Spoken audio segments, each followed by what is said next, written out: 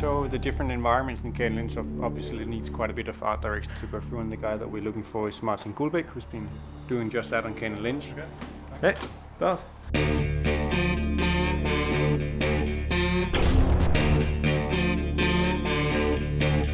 My name is Martin Gullbæk. I'm the art director on KANE&LYNCH. A lot of studios, magazines and whatever in this business have a tendency to talk a lot about the next-gen hardware. And of course we do have the shaders, rigid body, the bump maps, all the stuff. Instead of having focus on all the tech that's available out there, we have tried to first come up with the colors, the mood, the compositions that we want to have. What images do we need? What environments do we need to actually tell the story?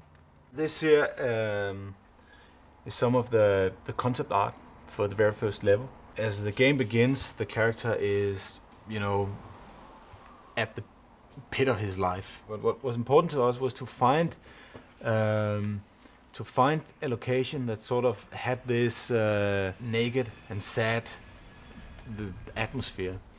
And so we looked around in parts of Los Angeles where it's the colors also in real life are sort of washed out. It's not that populated. Actually, all the sketches we did here are without people on them, because the character in the beginning of the game is also he's all alone, and we wanted the environments and what was around him to sort of reflect that. Of course, before we did this, we had people go to Los Angeles. We had tons of photos and stuff. But using photos alone is not really sufficient enough, because if I show you 10 different photographs, there's a lot of information in those photos that you will pick out. It's not necessarily the same information that I see in the photographs. This is why the concept drawings are important, because they are way more simplified than what the photo would be. All the stuff that we don't want to have in the scene is left out in the concept drawing. Another thing you can do with concept drawings that you cannot do using photos alone is you can really specify the colors and the contrast you want to have. That's very difficult to do if you have like a batch of 100 different photos, because they would be taking on the different weather conditions, different time of day and so on.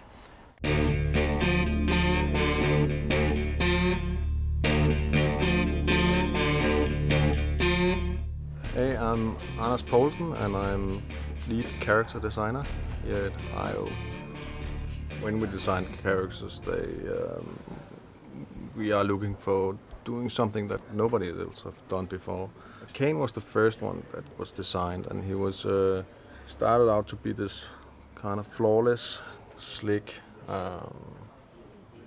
average character that we normally see in games, and then we kind of added the influence of life to them, like baldness, beard, glasses, kind of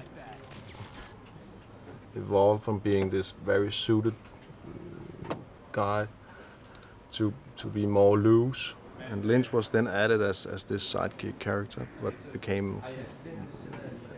actually gave more and more life to Kane's hero characters. Lynch is a schizophrenic, insane, medicated character that is kind of stuck in his own reality. He has this kind of redneck character, but dressed in a fancy suit that kind of makes him more complex. I don't see him as, he's not full of hate. I see him more as basically scared. He's scared of himself. He's scared of people. He's paranoid, and he kind of acts from fear. Comes from me, I think. It's a bit of anger put into him, and a bit of childhood memories, and paranoia that we all have. Like did they say something about me and stuff like that. I like him a lot. I think he's more interesting than the hero. But he's also a more complex character. He's not straightforward.